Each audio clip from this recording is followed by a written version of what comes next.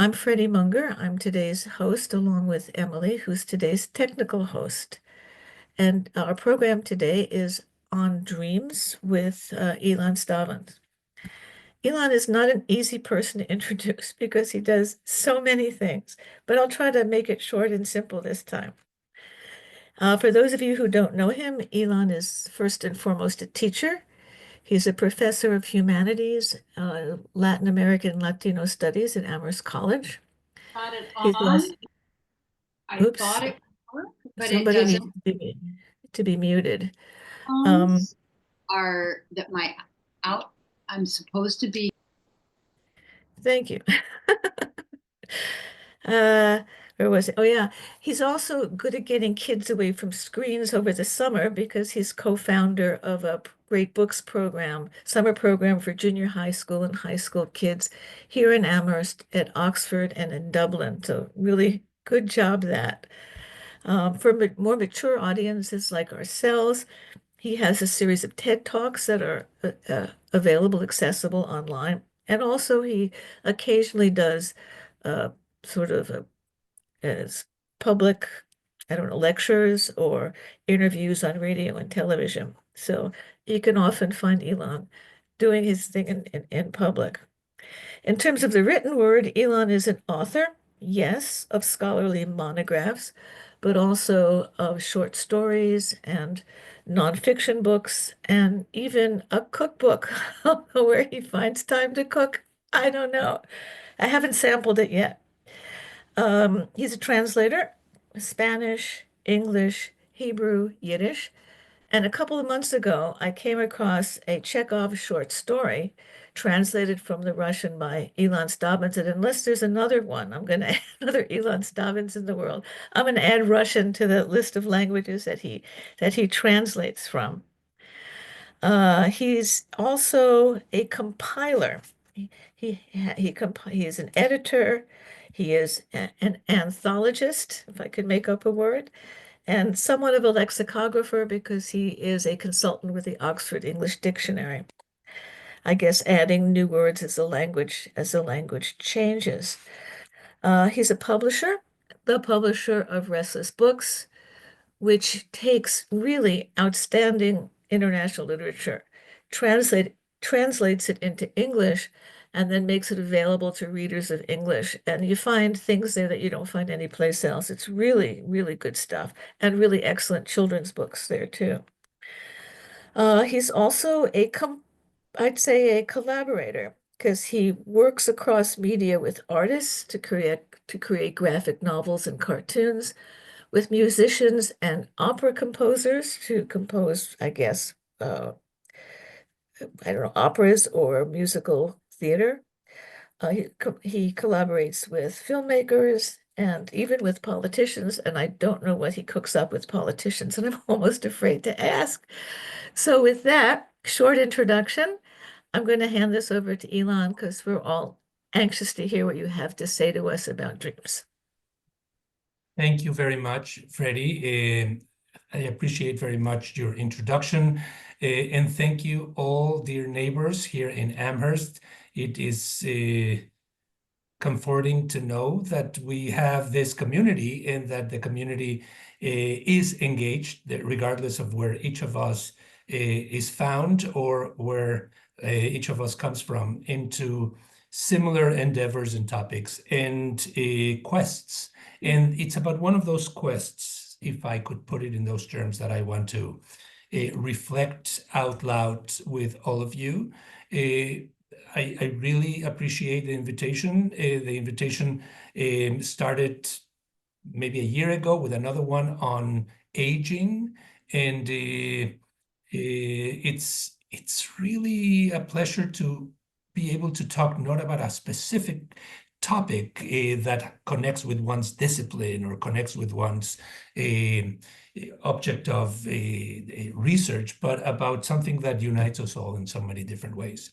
I would like to start with an anatomical image, an act, and also I would say an art, and that is the simple motion of closing one's eyes. I think of it in many languages, cerrar los ojos, in Spanish, and the image itself can be taken to mean a variety of things. One is that you are refusing to recognize the world in which you live. You close your eyes and escape as a survival strategy or as a mechanism in order not to be present in the here and now. But the closing of one's eyes is actually far more mundane and less symbolic.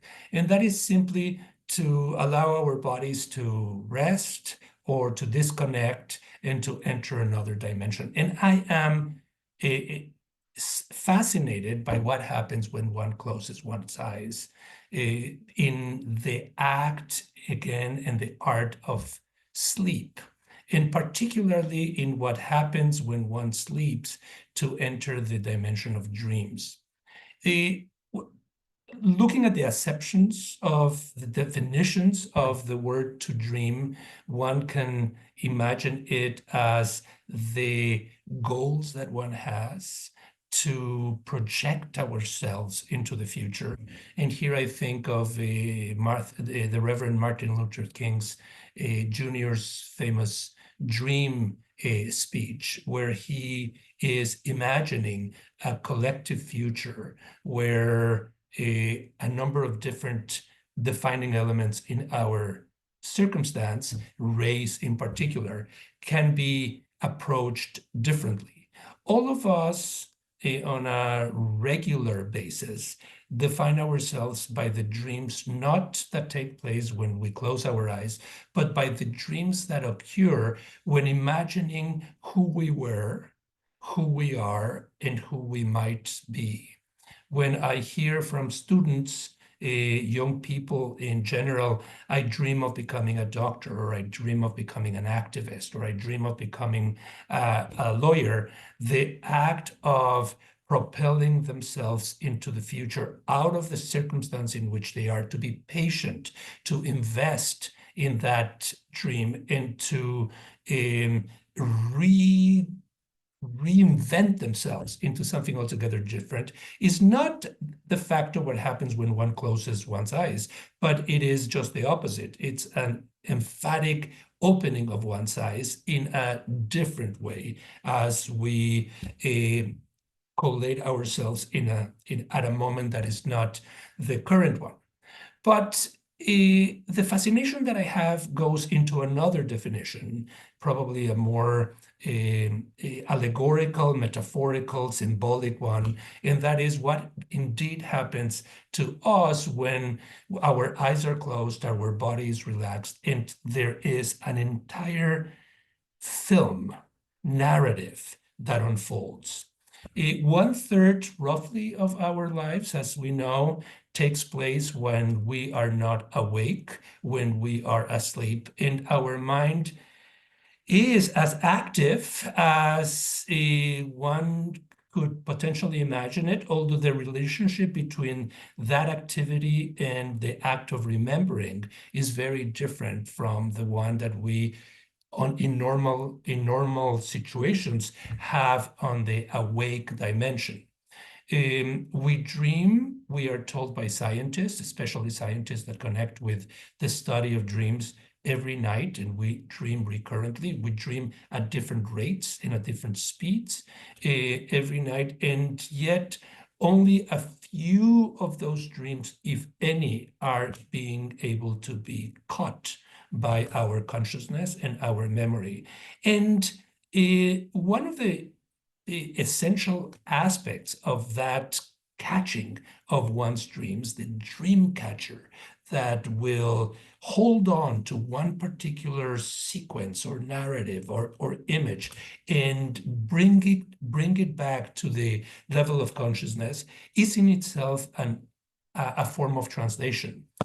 Unlike a novel that we read or a movie that we watched or a television show that we spend time with, in all of which we can summarize and return to and share with others and have proof empirical that such dreamlike narratives actually occurred, that we did watch Citizen Kane, that we did attend an opera in New York City.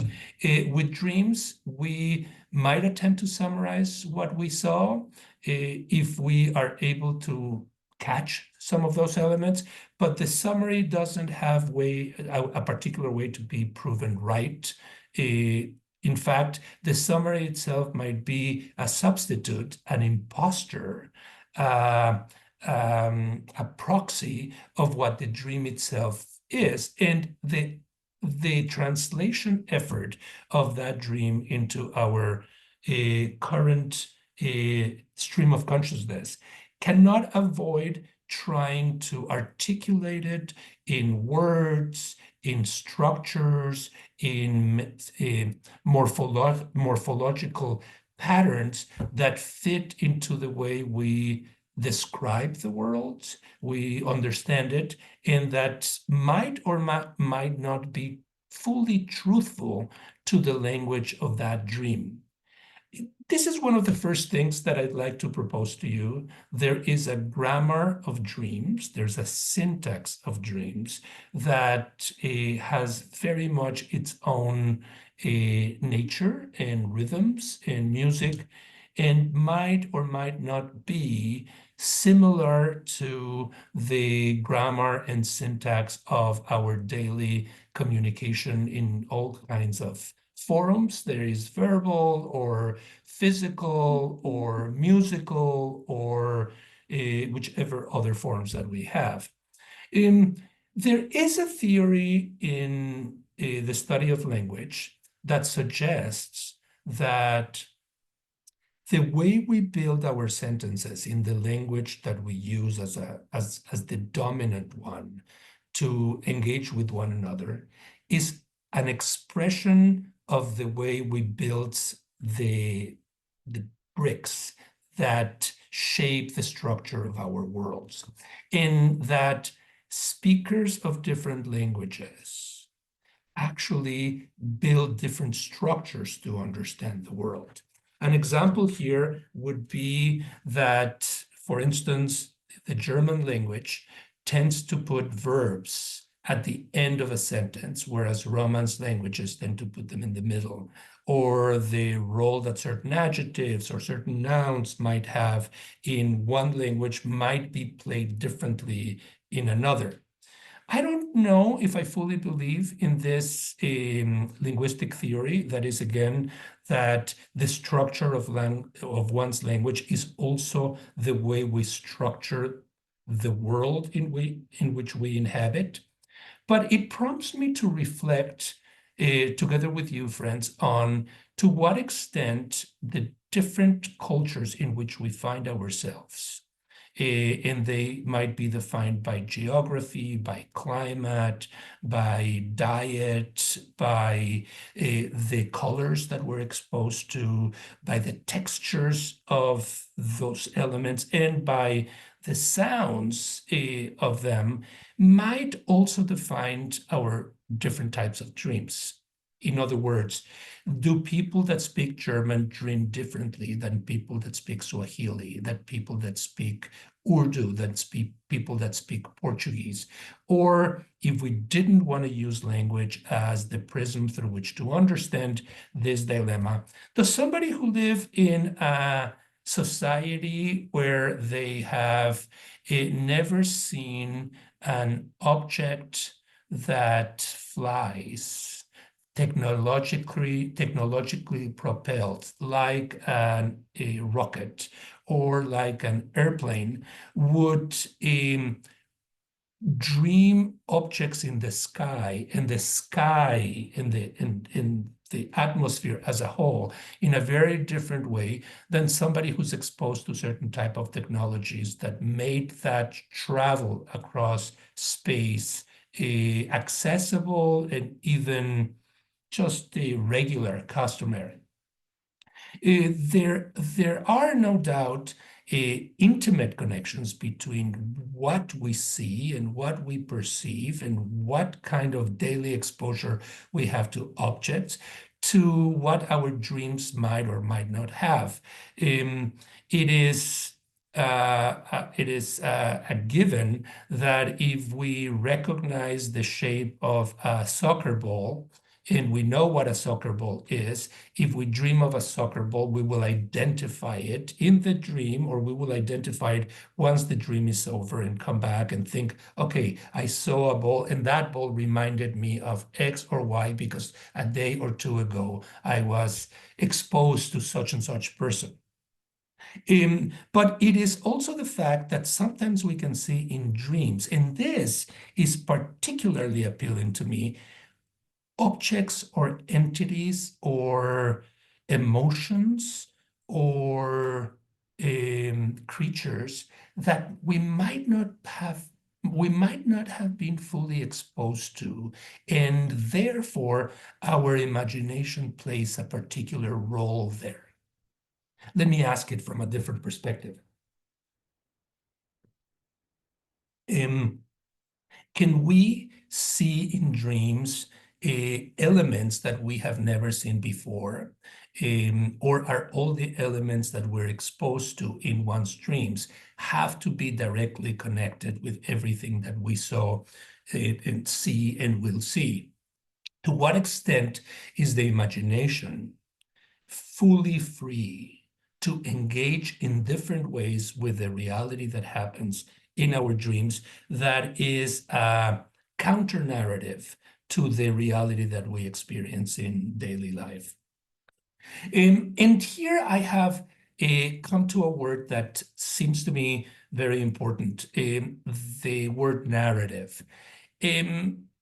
I At 63, the age of 63, have the impression that when I close my eyes in that 1/3 of my day, there is another narrative that is taking place in my sleep or dream state that is as much about myself as is the narrative of my being present here in front of you and being in control of what I say and how I present it to others.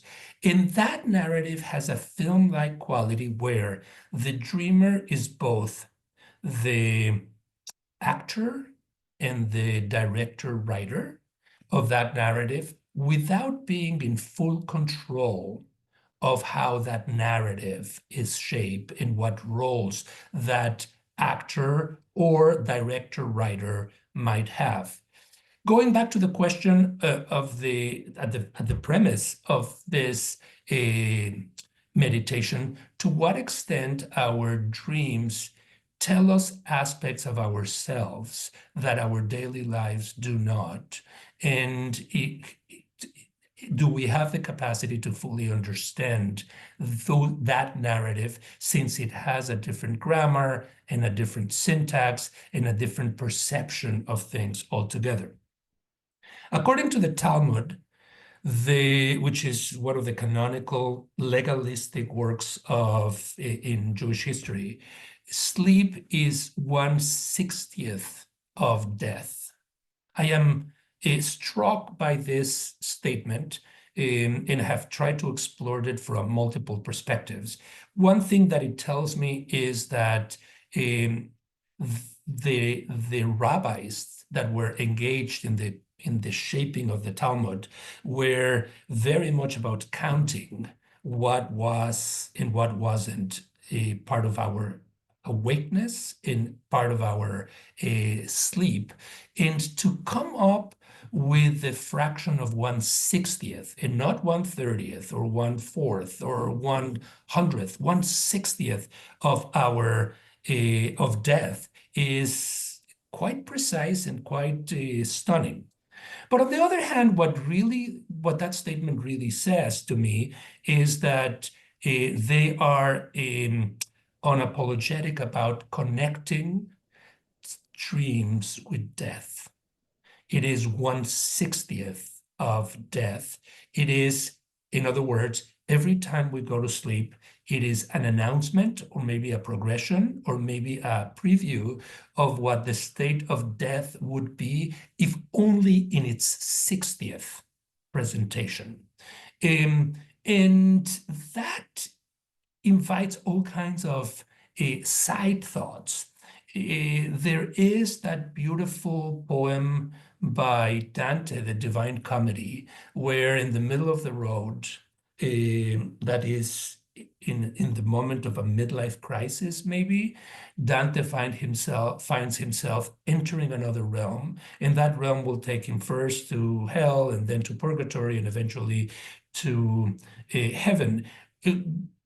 I have reflected recently at the New York Public Library on the topic of the Divine Comedy, and that beginning of Dante's poem is unique because he is not dead.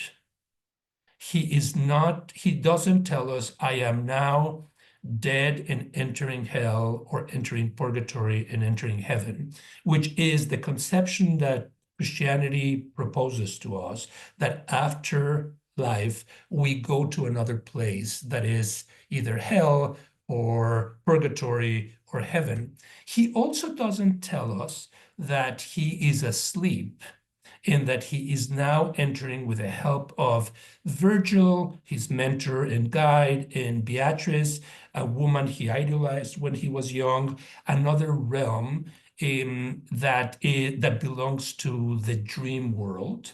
But instead, he simply tells us that he was in the middle of a jungle, and as he went through it, he began this descent.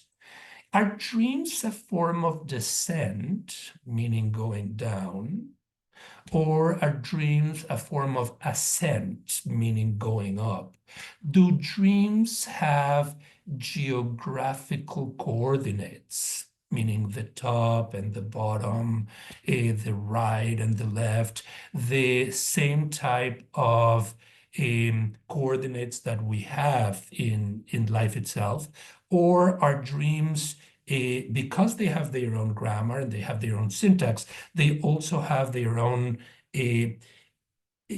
alternative presentation of the world that they project to us?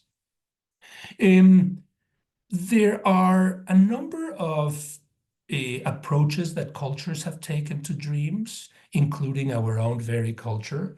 One of the approaches that one has in the Bible is that dreams connect humans at various levels with the divine.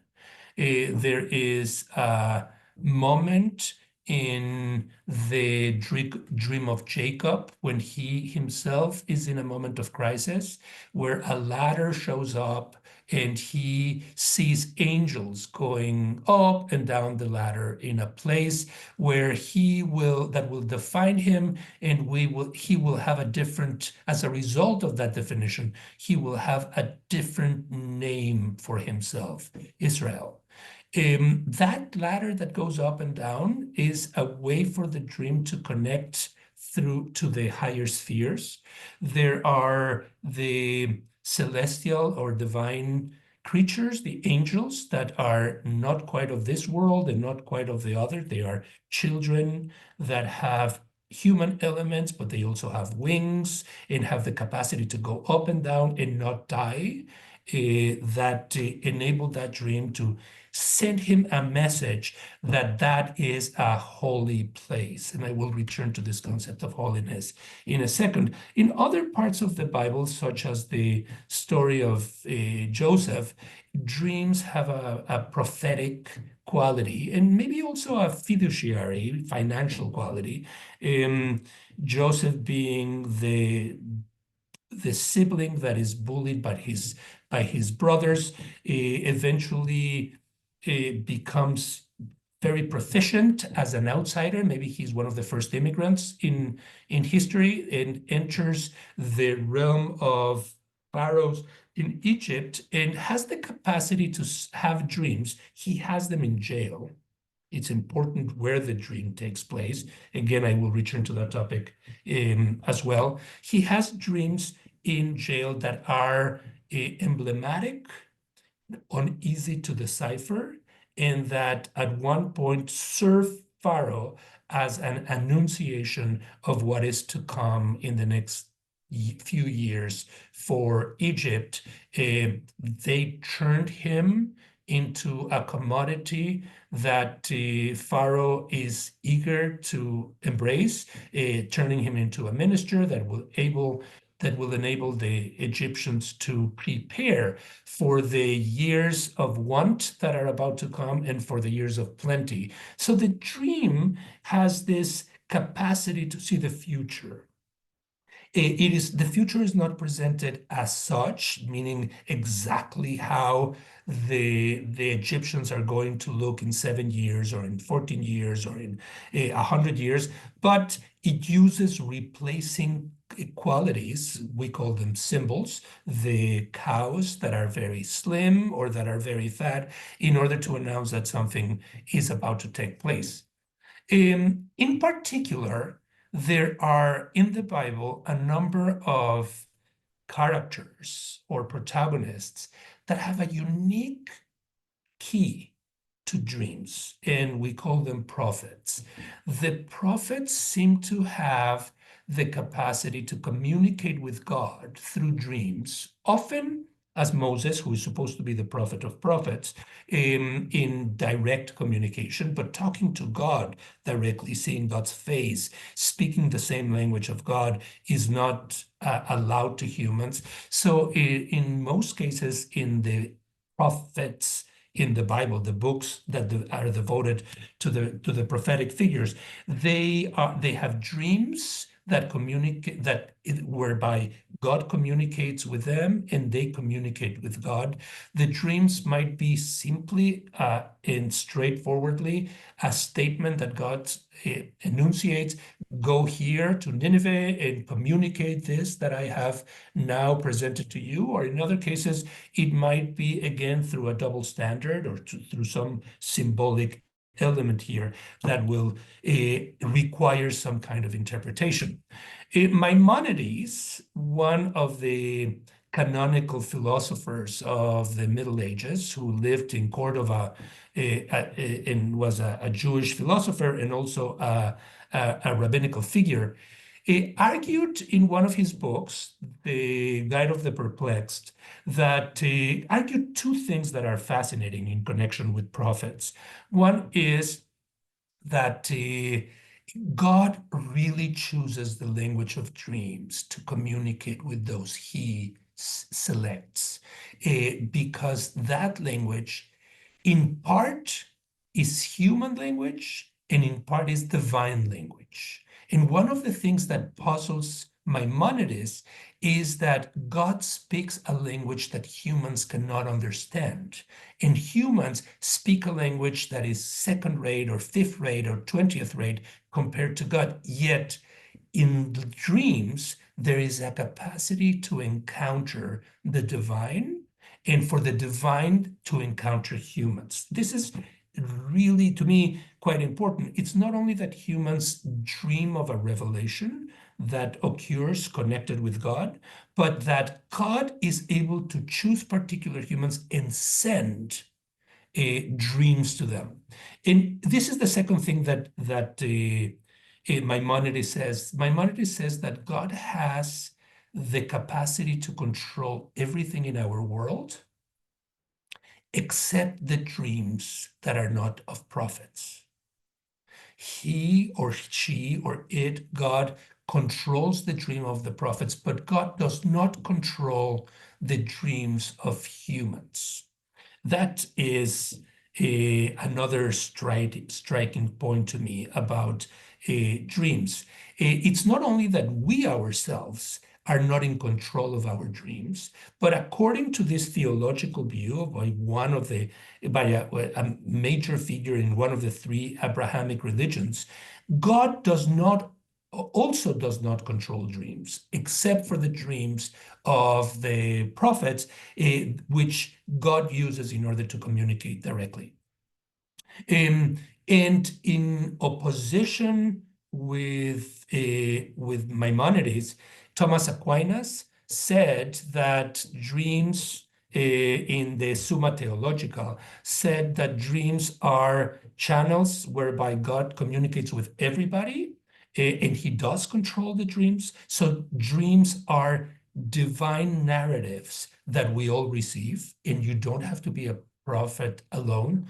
Or, and here is a significant aspect, that dreams are channels for the devil to be able to infiltrate who we are and to push us in a variety of unwelcome and dangerous directions. And this aspect of the morality of dreams, are dreams good? Are dreams bad? Is the message that a dream is giving us one that we should take as such? Are dreams advices that we get not to indulge in certain elements or in certain vices, or to choose not to take a particular path? Is there a force parallel to God that is able to communicate with us in through our dreams? Just as a parenthesis here, I want to just call your attention to the book of Job, one of the most interesting books in the Bible, where at the very beginning, God and other celestial figures are praising Job as one of the most, as the model individual who has been a devout believer, who has children, who has wealth, but has also helped the poor, and is a model in many, many ways.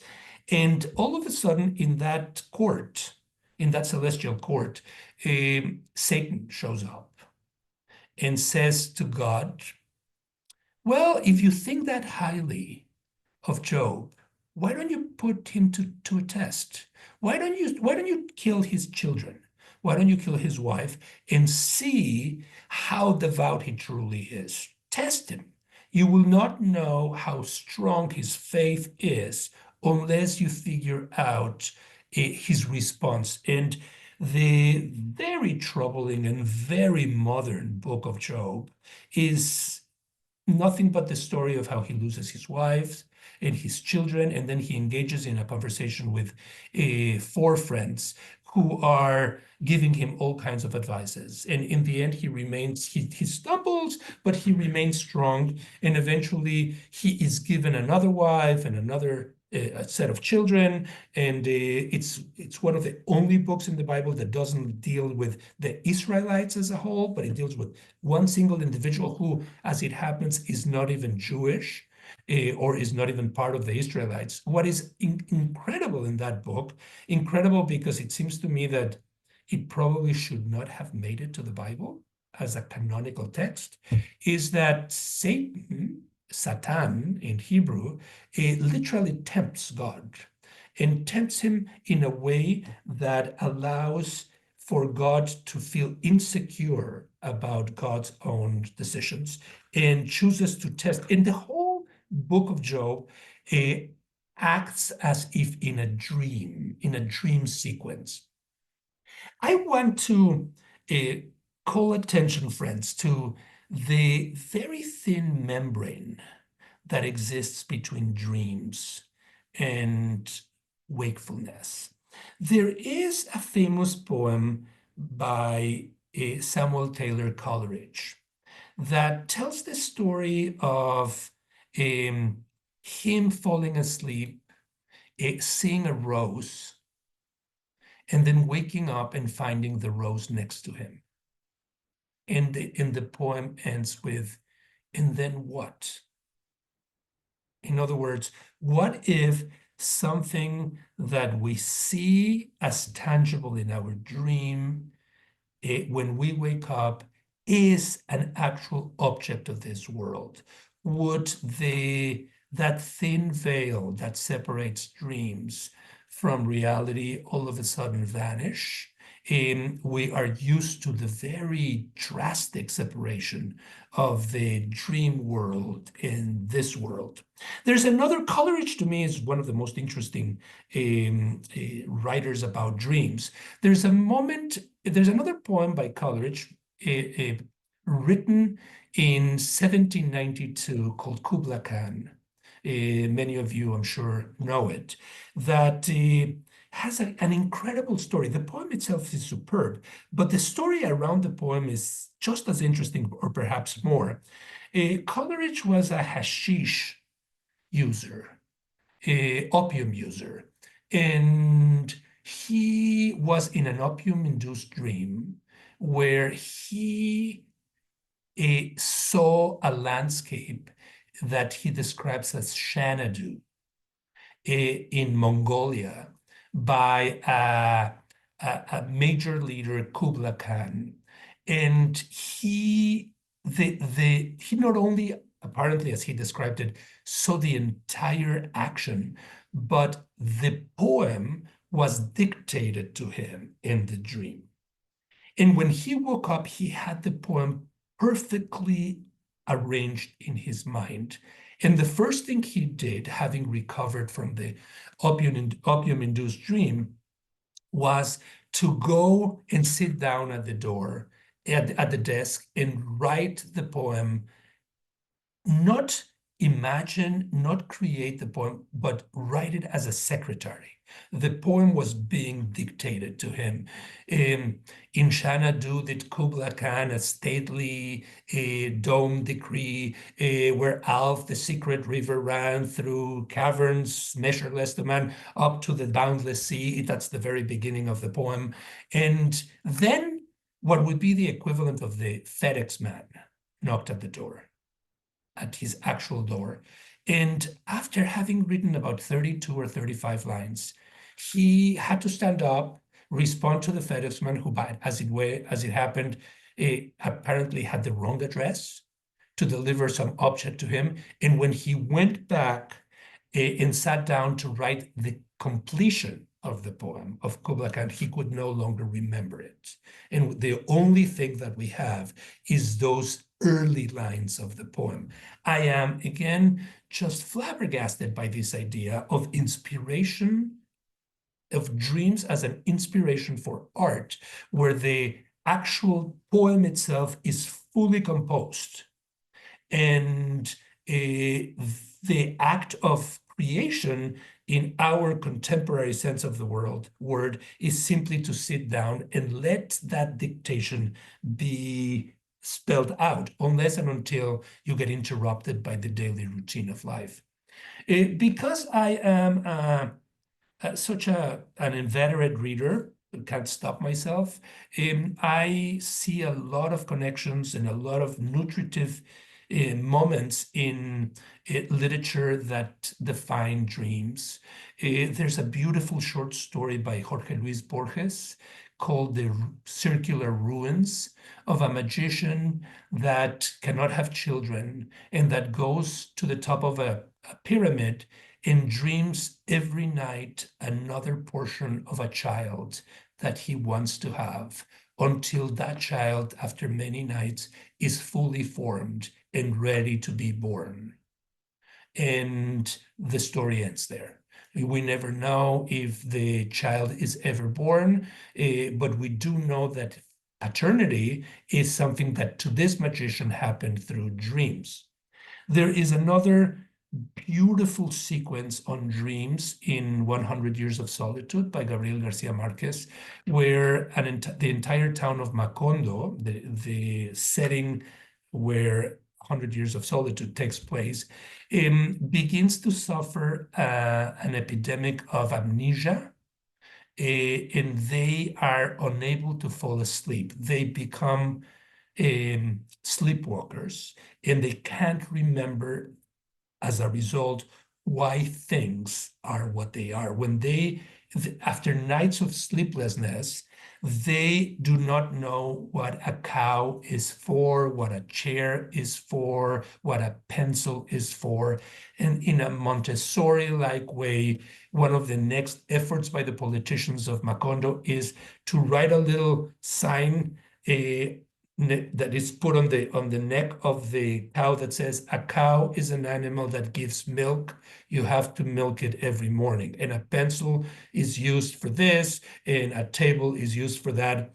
And one of the aspects that sequence generates is that if we didn't have sleep and we didn't have dreams, our memory would be absolutely devastated. We would lose the capacity to know things that we remember from one day to another. Borges used to say that he was struck by the fact that we can go to sleep one night and wake up 7 or 8 hours later and remember that we are who we are and that we continue to do things as we do, as if this was some kind of magic or esoteric activity. And in that very section of 100 Years of Solitude, people begin to be so interested in their dreams because they can no longer have it, that they wonder if you can rent dreams. That if there could be a store where you can go and have somebody else's dream, and if you can borrow your sibling's dream for one night, or your wife's dream, or if you could enter somebody else's dream just for a short period of time and then go out of it. In other words, dreams not being exclusive to an individual, but it would be a kind of collective property that we would be able to share and build together around. Which makes me think, dear friends, did the Romans, did the Greek have the same type of dreams that we have today? Have dreams, if there is progress in society, is there progress in dreams as well? Or is the grammar and syntax of dreams always the same, but only certain gadgets will show up in those dreams that are different because they are a byproduct of scientific or technological progress? I am also very interested in the fact that I'm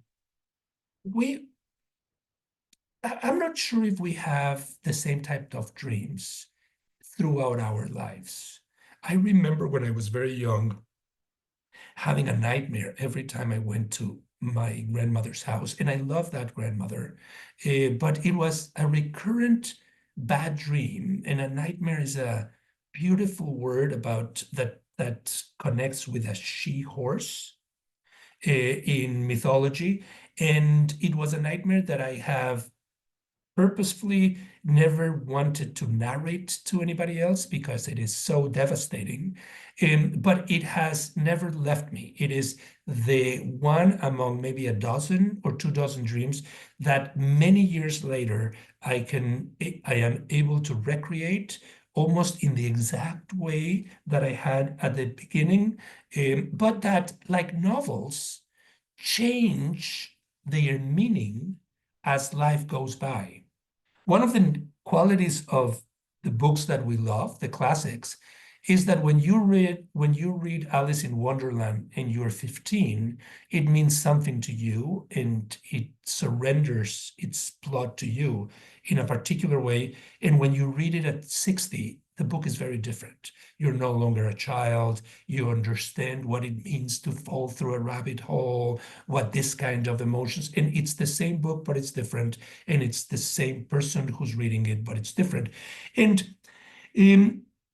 probably when we are babies, or probably when we're children, the grammar of our dreams is very different from the grammar of our dreams when we reach adolescence. And then when we reach adulthood. I remember my mother-in-law, who died about 4 years ago, told me throughout the very end that she was now dreaming with people whose faces she could no longer recognize. The dreams, some of them feel comforting, but unlike other dreams in her life, where she always had people that she could recognize, the people at the end of her life were unrecognizable to her, and she added, they would speak to her in ways that she could not understand. I have seen, just like you, the statement that dreams are garbled, garbage-like thoughts or emotions or unfinished business. I am not always convinced of that. I have the impression that dreams are intricately connected with our emotions much more than to our ideas. I think we feel fear and then dream of a tiger, and not dream of a tiger and then feel fear. It's the anxiety that we have in daily life that is prompting us to feel afraid of something. And then the emotion has the capacity to turn itself into some kind of recognizable item that we might fear in that dream, but in other circumstances we might not fear. I love going to landscapes specifically where there are jaguars, and I feel a special affinity for jaguars. I don't fear them, but in certain dreams that I have, I fear jaguars. The way they move, the way they approach things, what they mean. There's also the fact that just as with religion, in a religion of carpenters, God is a carpenter. In a religion of plumbers, God is a plumber. In a religion of writers, God is a writer. My brother, who's a musician, says that his dreams are absolutely musical, and that sometimes they have no plot, but he can hear all kinds of harmonies and rhythms and sounds in all kinds of ways. Maybe because siblings define themselves by comparison, I am a writer with very little musical talent. My dreams seem like silent movies. There is almost no sound in them. In fact, when people speak in my dreams, I know they are talking. I know what they are intending to say, but I can't hear them. And I cannot really tell you of any dream in my life that I have had where the sound is the main force or motif or representation. I don't know if this applies to everybody. I know that some people can have dreams that are exactly about what they don't have and not about what they have. And I know that there are aspirational dreams, dreams that are much about what we would like ourselves to be and not what we are.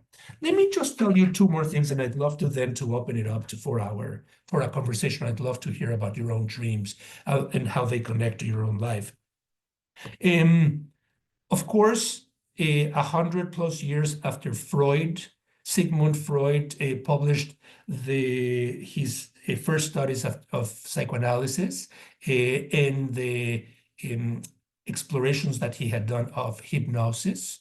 We live, in my own view, in detriment, under the shadow that dreams are expressions of sexual forces, of impulses that have to do with erotic aspects of our lives, and that those dreams are telling us about those sexual desires. And in the scheme of psychoanalysis, the id and the ego and the superego, and us as a kind of theater where the tension between those forces, this societal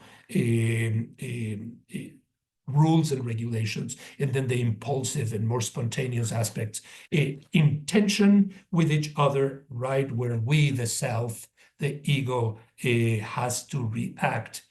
I find this quite reductive. I think dreams certainly have a connection with sexuality, but dreams have a connection with many other things, and reducing them to sexuality alone seems to me more an obsession of Freud and his time than a true interest of things. There are many more exciting religious and political and artistic and other aspects of dreams that seem to me striking and important. And then there's also the fact that we are, because we are facing a language that is not easy to decipher, and because our mind wants to understand everything, we have that imperative. Let us understand everything in front of us. We feel that if dreams occur in our minds, and if we translate them and transcribe them, they have to be sending us some kind of message. And that deciphering, interpreting, reconstructing that message is one of the tasks. In other words, we have some kind of deficit. We have some kind of impediment. The dream is telling us something. And if we have the tools, the systems to decipher it, then we're able to be closer to ourselves. I'm not so sure, dear friends. I have the impression that very, very often a non-fully intelligible narrative is as interesting as a fully intelligible narrative, and that a symbol that is not decoded is as compelling as a symbol that is fully undressed in front of us. And yes, when I was younger, I was looking for ways to have dreams understood as text messages. That there wasn't a phone at that time, but text messages that one would send to oneself. But I find the incomprehensibility of dreams, the chaos of dreams, the lack of control of dreams, and the truly alternative narrative of dreams absolutely more compelling. And now I finish with an anecdote about ayahuasca and mushrooms and hallucinogenic induced dreams.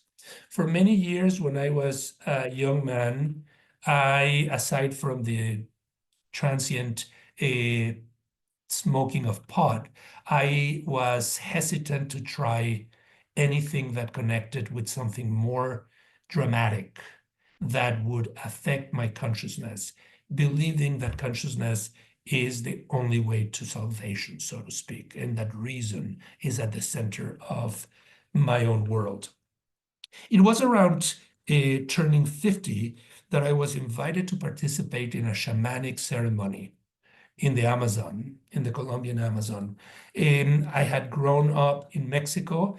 I had had conversations and heard about shamans and shamanic ceremonies and the role that hallucinogenics had played in indigenous cultures, and thought this is not the type of religion that I was trained in and not an interest of mine. But I realized over time that there was a kind of envy in me of the way that in Nahuatl culture and Mayan culture, shamans and kings and others would use special potions to induce certain type of dreams, to connect with alternative ways of seeing reality, and, as in the Bible, to communicate with divine entities. And so I let myself loose.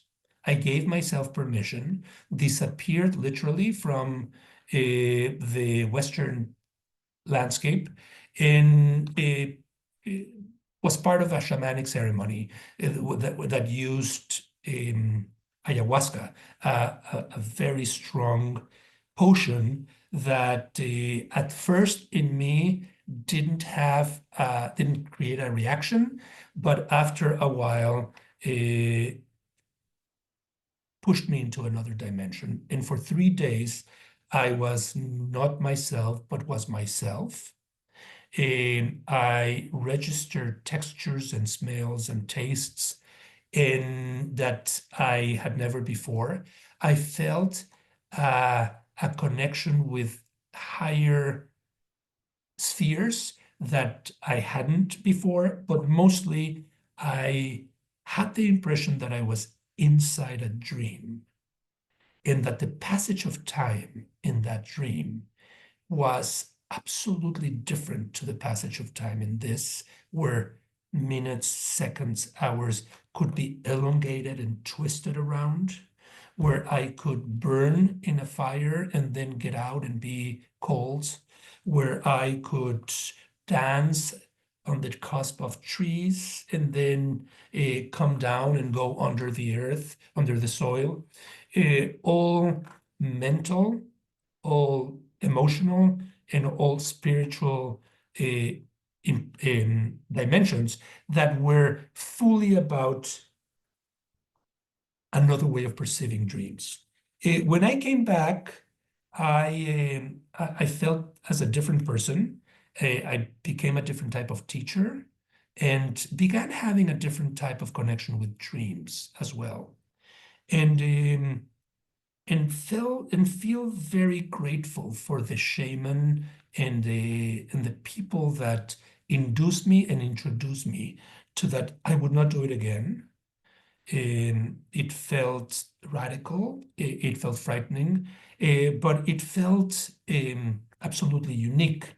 And it reminded me of an idea that the Kabbalists have, that in fact, we are in a dream, that this world is a dream by God, and the moment God wakes up or decides to stop dreaming, we will disappear automatically. One of the last images that I'd like, or maybe the last that I'd like to leave you with, is linked and anchored into the idea that when we close our eyes, we entered an alternative narrative, a narrative where we are not in control, a narrative that might have a different grammar and syntax, but that conversely, that makes us think and imagine and dream that this is a dreamlike narrative too. And that we can be dreaming that, or that can be dreaming us. And that the mutual connection between the two makes us more fragile, more vulnerable, but probably also more attuned to aspects that can appear in dreams, but if we jail them, imprison them only in dreams, we fail to see the true impact that they might have in day-to-day life.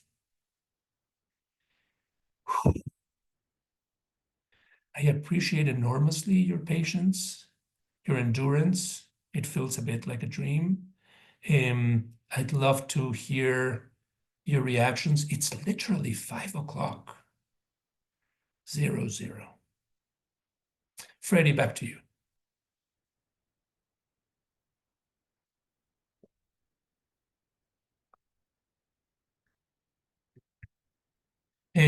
Freddie, you're on mute. I know. They've changed the layout of the screens, and so I couldn't find the unmute button. Ilan, how did you want to handle this? You want people to raise their yellow hands and then you call on them?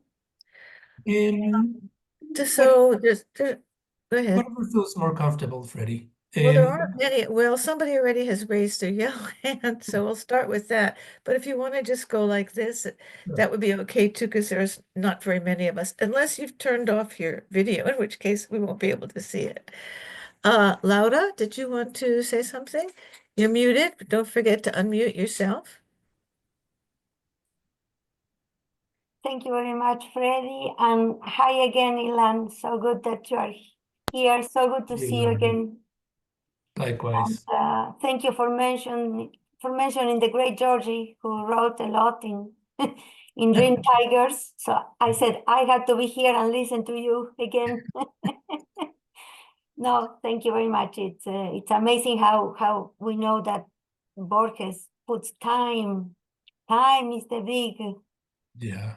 circular being for him, and he says that it's a tiger that chases me, but I am the tiger too. And so in Dream Tiger, so it makes me it goes along with what you said, that we ourselves are our own make too. Just thank you very much. It's so good to be here. Wonderful again. Thank you. My pleasure. Muchas gracias, Laura. Gracias, Ilan. Gracias. Kip. There's somebody else. There you are. Hi, Kit. Thank you, Professor, for this marvelous, stimulating, thoughtful presentation. There's so many questions one could ask, but I just have one, and it's probably a throwaway. Why don't we call dreams hallucinations? Such a good question, or good statement. Yeah, Kip, I'm teaching. I'm going to connect it with something else that I'm doing at this moment. I'm teaching a course on love, and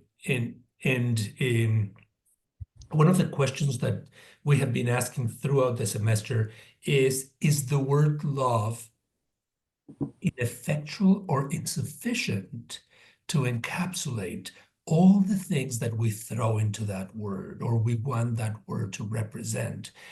Self-love, and romantic love, and love of country, and love of God, and love of nature, and love of knowledge, and so many other things. And we seem to be very poor in terms of lexicon, of vocabulary, to define this. On the one hand, it could be marvelous to say that the love of a mother to a child is not the same that the love of two people that find themselves, their minds, their bodies, their souls, their emotions for the very first time, and that we should have different words to define them, to define these differences.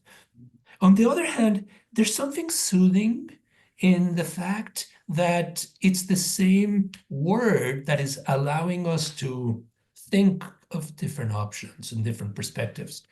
I think that in many ways, a dream is a hallucination. I love the word hallucination. It in and of itself, the sounds to me make me see alternative images. The word dream, as just like the word love, seems to be overused.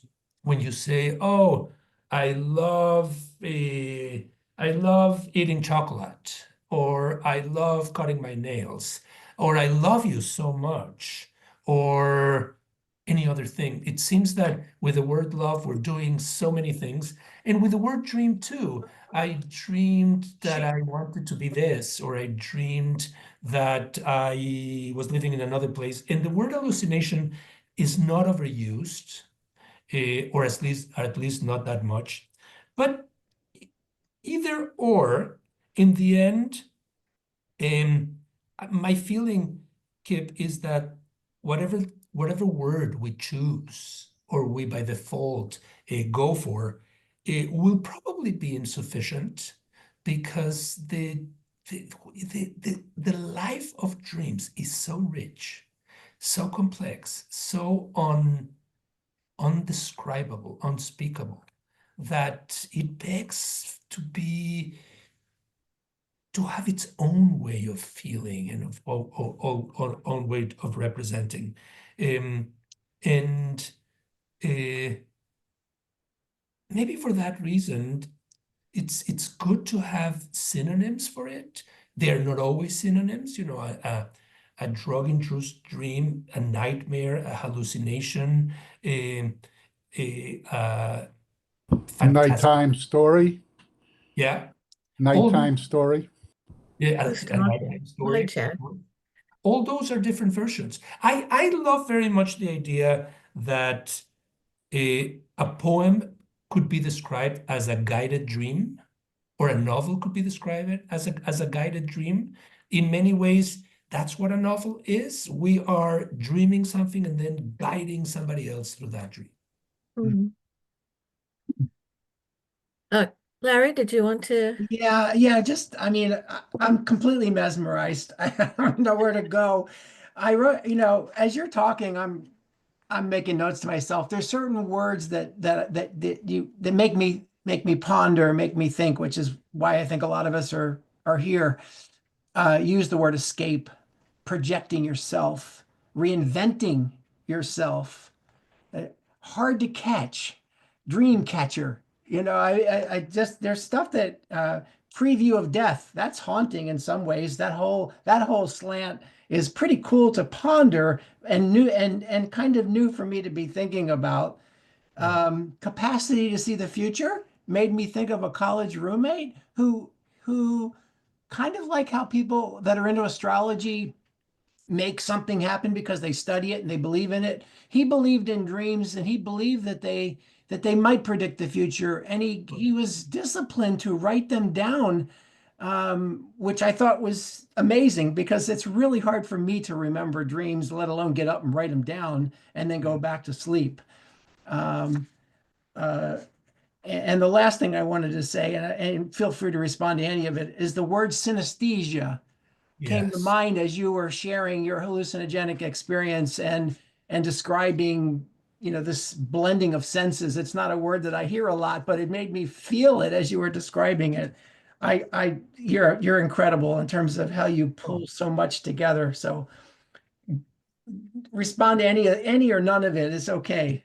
Thank you, Larry. Here are two thoughts, both directly related, but both also maybe a detour on what you and I are talking, and maybe also connected with synesthesia. One of them is that I remember in one of those dreams that I was telling you, I am no prophet.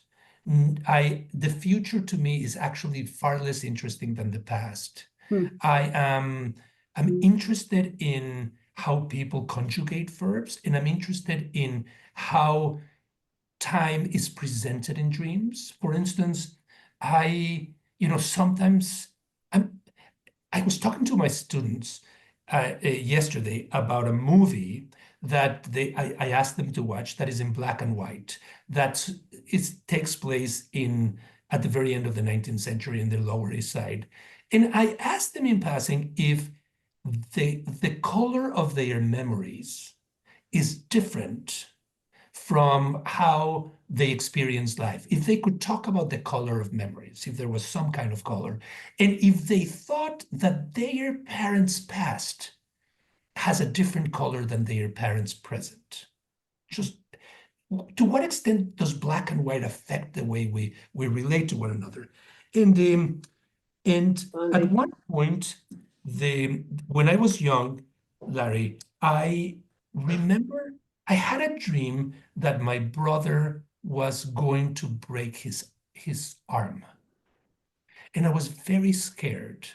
And this is the only time that it happened in my life. I was very scared. And in the morning, I went and told my mother that I was very scared that my brother would break his hand. And she kind of laughed at me. And my brother broke his arm that afternoon. Wow. That feeling, I've never had it again, but it gave me a sense of dislocation that connects with this second idea. At one point, my mother always told me that when she was young, she went to have her astral the map read. Yeah, horoscope. Yes, and that she was told that there was going to be a major tragedy in her life. That's all. There's nothing more to tell about this. My mother died 2 years ago. There was no major tragedy in her life, but my mother lived her life thinking that there was going to be a major tragedy because the person that was seeing this, reading the stars, had told her so. And maybe it was a charlatan, or maybe it was somebody who knew it, and maybe by telling it, it impeded that it happened. I don't know. But it's that kind of complex relationship between what we see, what we fear, the emotions that we connect, and how they might dictate the way we live or don't live something of our own. Mm. Excellent. Okay, I'm gonna jump in here because I've been thinking about something. I'm gonna take this in a little different direction. I wonder what happened. I've been wondering, we're so verbal, we're so in tune to telling stories. We live our lives through stories and images. Now, what happens if we try to disentangle dreams from language? Because anybody who's had a newborn baby can see them in their sleep twitching and moving before they have language. So I wonder, and anyone who's had a dog has noticed it running in its sleep and wagging its tail and whimpering. So I wonder if maybe everything dreams, but not in necessarily in language. And I started to think, well, what about dogs dream, babies dream? Well, what about octopuses, things whose brains are sort of in their arms? Do they dream? Because they do, they sleep and they twitch in their sleep. So I'm wondering, thinking that maybe dreaming is some kind of a vibration or a another form of a life force that we experience in one way because we're verbal animals, and that maybe octopuses and spiders and dogs experience this vibration in a completely different way. I thought that was interesting because I was thinking about when I'm living someplace else and trying to work or learn in another language. For me, it's always been a breakthrough to fluency when I could dream in that language. My dreams weren't very different, just the language was different. Yeah. So it didn't, a few cultural things would work their way in there. So I wonder if people who are multilingual like you, do you always dream in the same language or do you dream in different languages? Yeah, that's a wonderful question, and your reflection on dreams and how they are articulated in language, the imperative to articulate them in language is, I think, also very important, Freddie. And maybe I'll start there. I was reading recently the letters of Oliver Sacks, who spent many years trying to decipher the lives of patients with neurological diseases or handicaps or alternative ways of presenting Parkinson in particular, Alzheimer's. And in the book Migraines, he was one of the first to use L-DOPA to bring a number of individuals who appear to have been lost, and he puts this in between quotes, and were given a new life by having this new medication. All kinds of interesting ramifications come to here.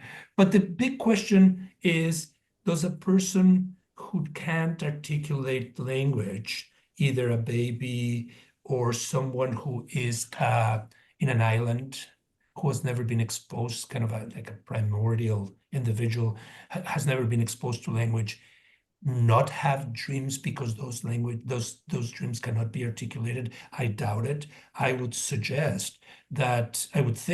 that everybody has dreams, but it's the transition between the dream and the narrative that we turned it into, of telling others, that makes those dreams somewhat intelligible or accessible to others.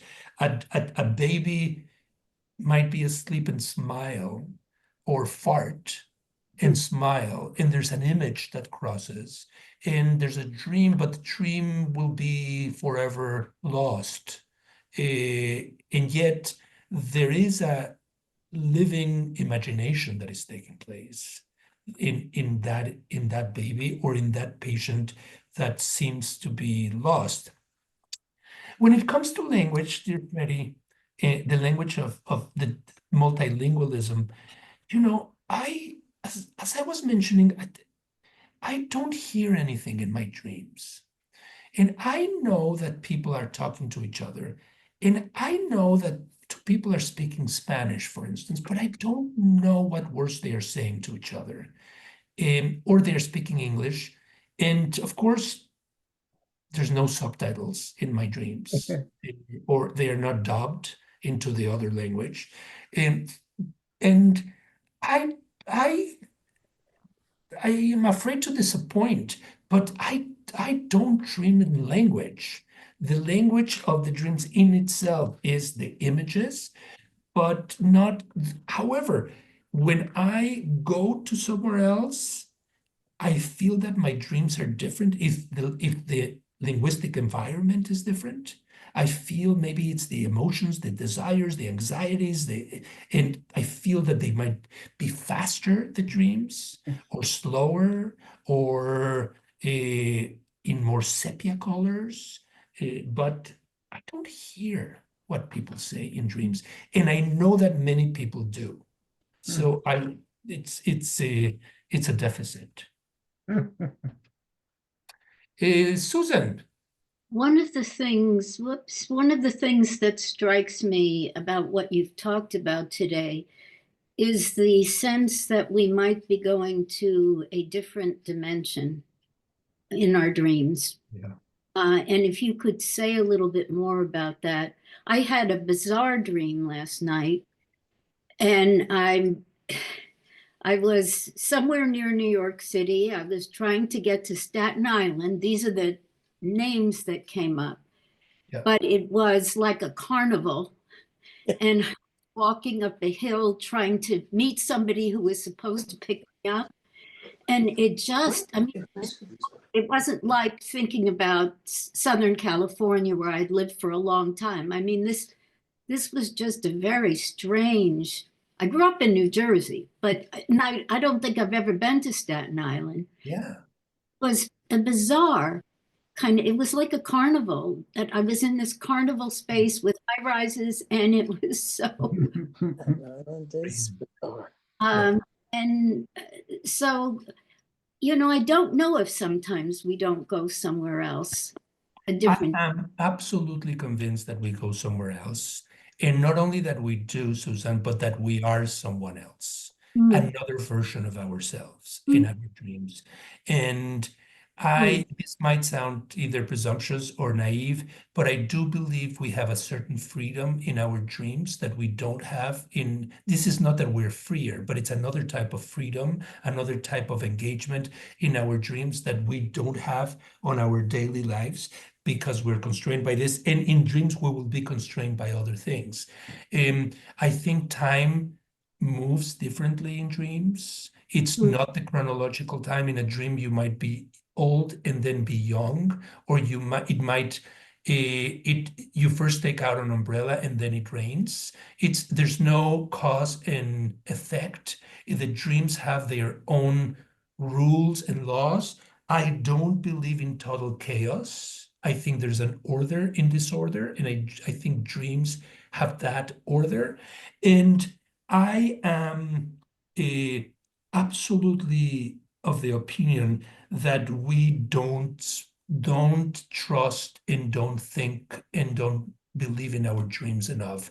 We close our eyes, we think it's another narrative, it's garbled this, or it's incoherent that, and we open our eyes again, and then, okay, we're back in the real world. And my impression is that that is too drastic a dichotomy between the universes, in that Staten Island, not the Staten Island that we know. I haven't been to Staten Island either, but the Staten Island of that dream is your Staten Island in that universe. And it's, I don't know if it means anything to me. It's less interesting if it means something than the fact that you had that dream. I mean, in the spirit of Larry, making a list of words that, or sentences that speak, when we say it was a crazy dream, it was a strange dream. That's very often the language we use to define dreams: strange, chaotic, crazy, meaning it's not orderly, it's not sensical, it's not coherent. It compels us, it attracts us, but it frightens us. It frightens us too. And it's so easy to forget all this or to put it aside. Many other cultures in time do not. They pay much more attention to dreams in the past, in different, in the Amazon, they pay much more attention to dreams. It's the trend of moving fast and needing to satisfy this narrative rather than other narratives that drives us so frantically toward satisfaction. Yeah. Harley, did you want to say something?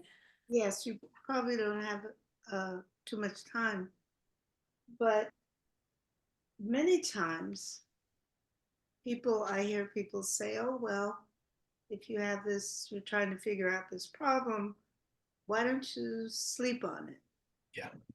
And I do that a lot. Yeah. I don't necessarily think I'm solving the problem, but when I wake up, many times I have solved the problem. Absolutely. Is that a thing? I am absolutely with you, Carly. Oh, good. I'm absolutely with you. And I am absolutely also with you in the way you described it. It's not as if the dream is going to solve the question. It's that you went somewhere else and now you can solve the question. It gave you maybe some space, maybe some distance, some emotional assurance inside, something.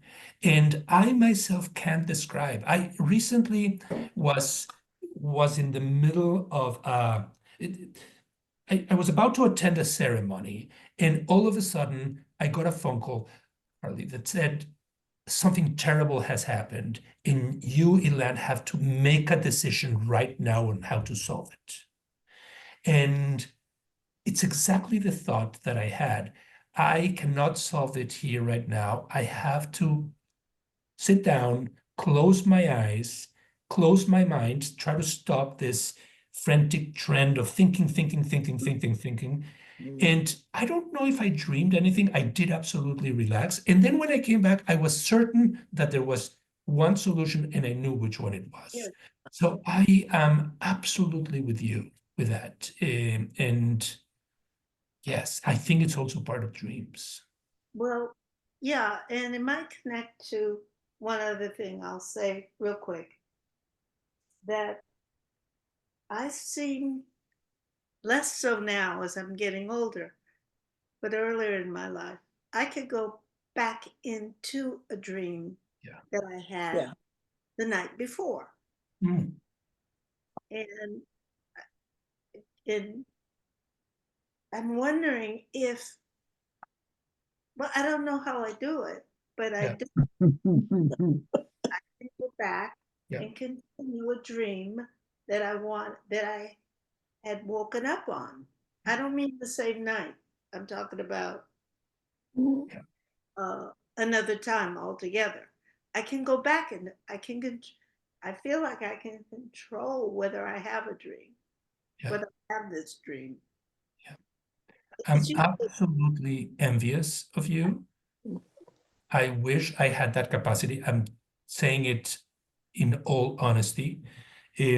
I have had dreams that when I woke up, I felt a desperate need to go back to that dream and then just couldn't go back to it. And felt that there was some lack of closure or lack of sorting things out.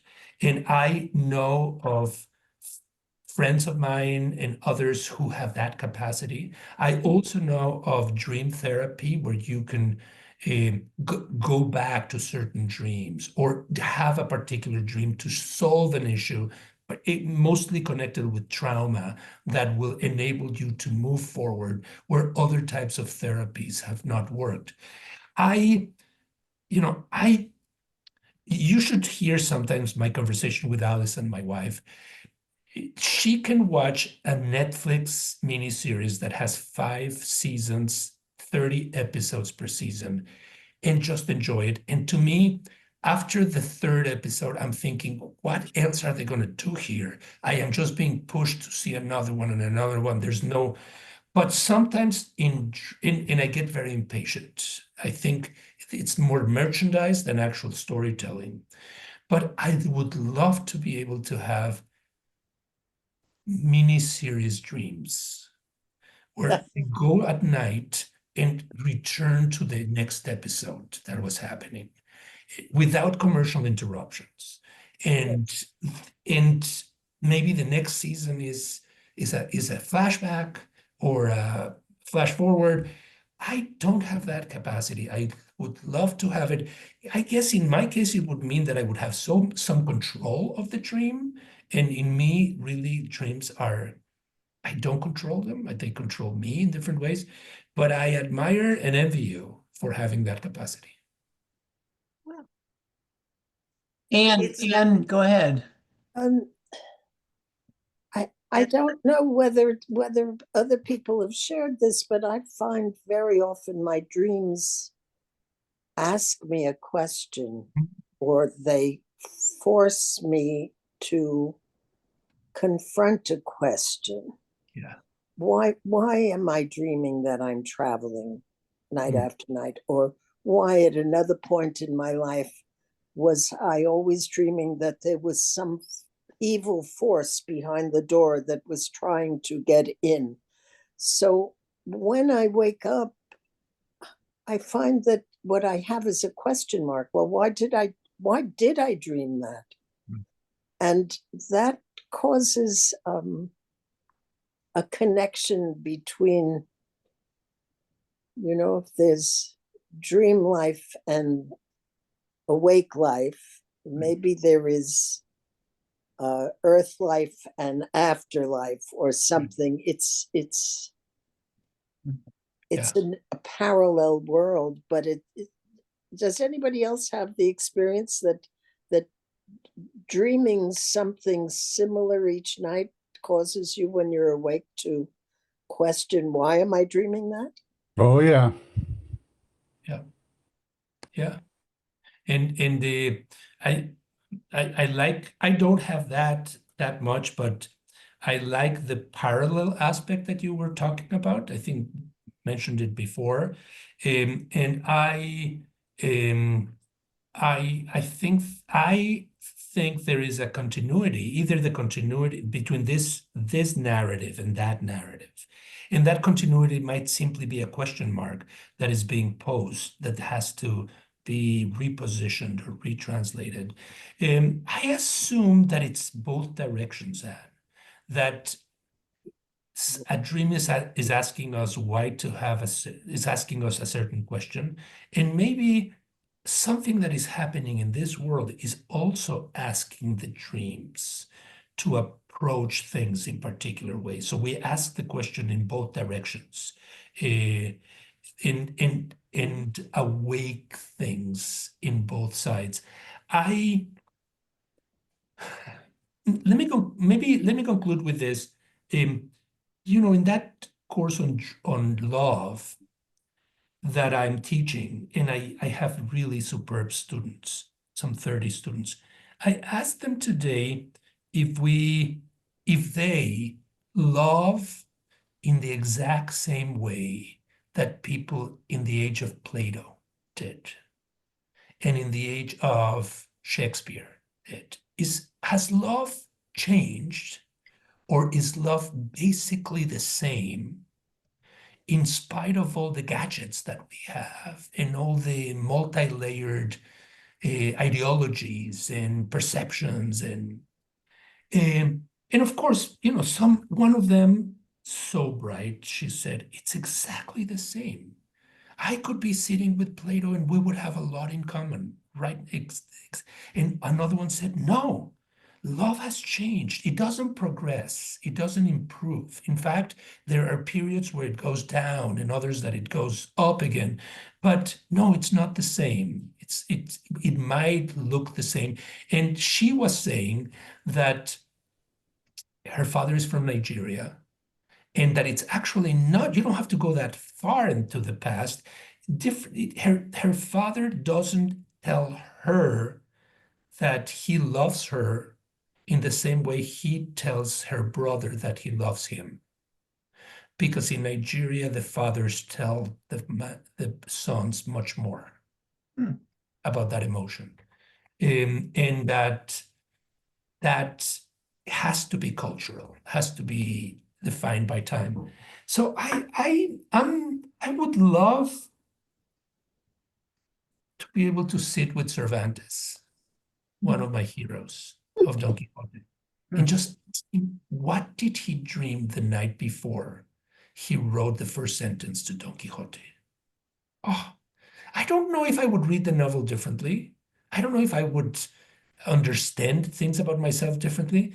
It just would be a precious key to see what somebody of that caliber and with that mind would be able to do in dreams.